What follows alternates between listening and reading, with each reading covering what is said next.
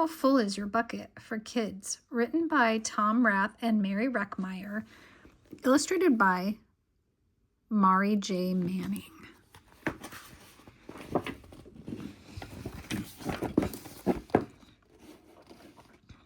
Felix was putting one of the last blocks on his tower when his little sister came in. "I want to build with you," she said. Felix scowled. "Go away, you're too little." "I'm big." "Stay back, you'll knock it over." "I can be very careful."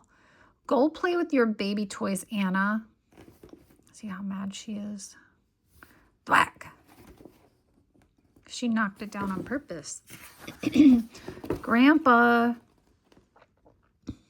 shook his head. "Felix, you just dipped from your sister's bucket." Like everyone else, Anna has an invisible bucket. When it's empty, she feels bad, but when it's full, she feels great. Did you ever notice your own bucket? Invisible bucket. Sometimes Felix couldn't quite tell when his grandfather was joking. But the next morning when Felix woke up, there it was, a small gray bucket floating above his head.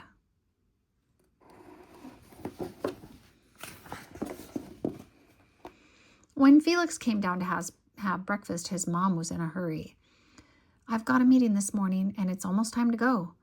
Anna, sit still." So he's grabbing his cereal, and his dog is waiting for food.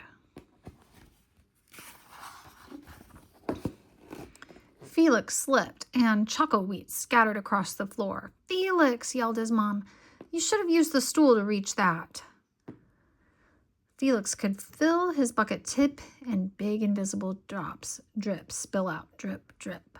"Ha ha," Anna laughed as she crunched the cereal with her shoe. "Drip.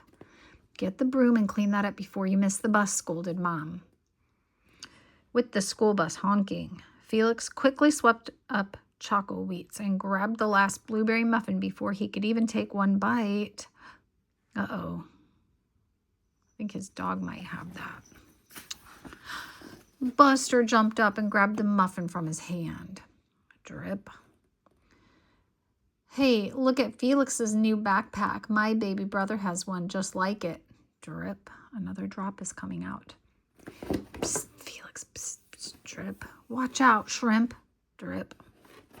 Uh-oh. It was still morning, and Felix's bucket felt almost empty.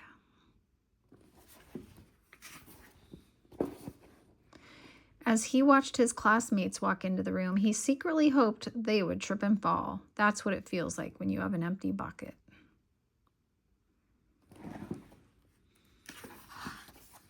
Felix slumped into his seat and waited for something else bad to happen.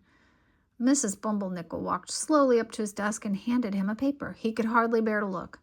"Felix, you wrote a wonderful story. Would you please share it with the class?" Felix grinned and felt a big drop land right in his bucket. Drop. He got an A+.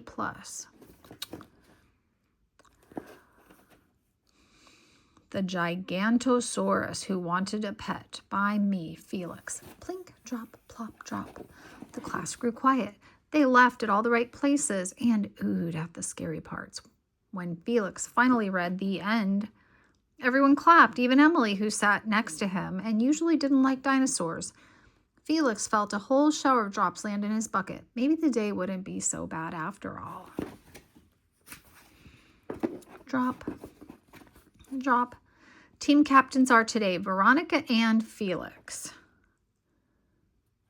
"Nice cow." "It's a dog." "Well, nice colors there, Felix." "Cool laser ant backpack, Felix." His bucket's filling up. By afternoon, Felix's bucket was nearly full. At recess, when he looked around, Felix suddenly realized that his grandpa was right. Everyone else had a bucket too. "Let me help you." Drop, drop. "Here's your baseball. Catch." "Thanks, dude." Drop, drop. "Hey, I'm Felix. First day?" "Yes, I'm Amir." Drop, drop. The strange thing was that for every drop he helped put in someone else's bucket, he felt another drop in his own bucket. When Felix burst in the door after school, he shouted, "You were right, Grandpa. I do have a bucket, and I understand how it works." Then he saw Anna's torn doll. "Bad dog," he almost scolded. But then he thought dogs might have invisible buckets too. "Your doll will be okay, Anna," said Felix. "Mom will fix her. Until then, do you want to help me build the tallest building in the world with my blocks?" And so they did. The end.